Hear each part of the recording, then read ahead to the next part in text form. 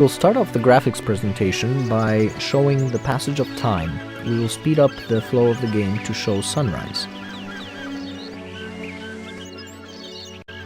In The Witcher, we've rewritten the entire renderer from the Aurora engine so that it supports and takes advantage of the features from DirectX 9. This allows us to do cool weather effects, special effects based on the signs and the elixirs that the Witcher uses, as well as to show weather in a much more realistic fashion.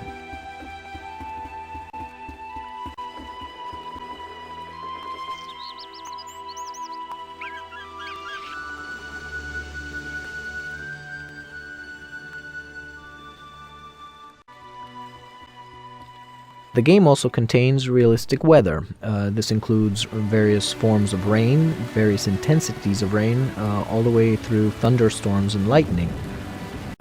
We can have little showers and snowstorms and things of that sort at any point in the game, of course based on season as well.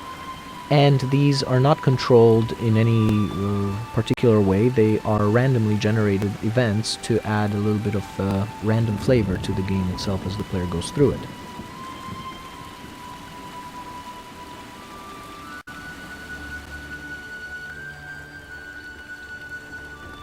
Another really cool innovation we've been able to come up with is the soft shadows that we've put into the game.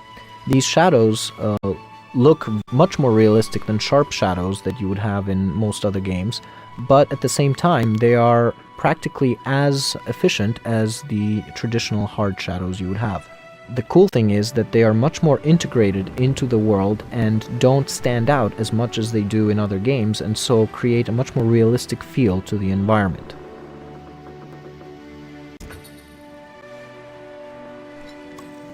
The effect of seeing in the dark can be created in such a way, as you can see here, that it is affected by how much light is available to the Witcher. If the Witcher is in complete darkness, the effect comes on over time, and when the Witcher uses a light source like a torch, that effect is dissipated and we see normally as we would by torchlight.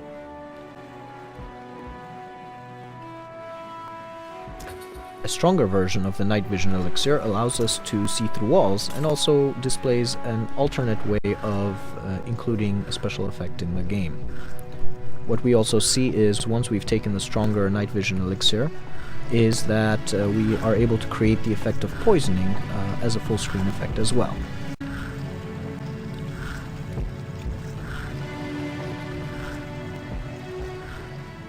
The Karma physics engine allows us to push objects around in the game. As in the current example, these barrels are great fodder for the sign of Ard, which the Witcher can cast.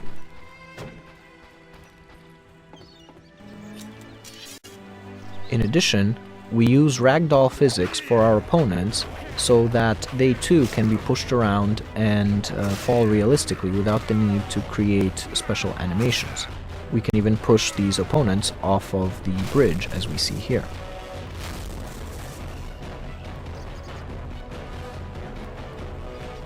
The final thing we'll show as far as our graphics presentation is concerned is our new grass growing system. We are able to sow grass at this point on a level as opposed to manually place it. To show this system, we're going to use a simple demonstration. What we see here is an empty demo level, just a square plot of blank land. And what we will do is we'll go to Photoshop and create a template for how the grass is supposed to grow on this square piece of land.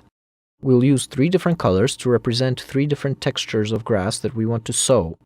Once we draw all 3 colors, we save this file, and we go to the square of land and reload it with this new template enabled.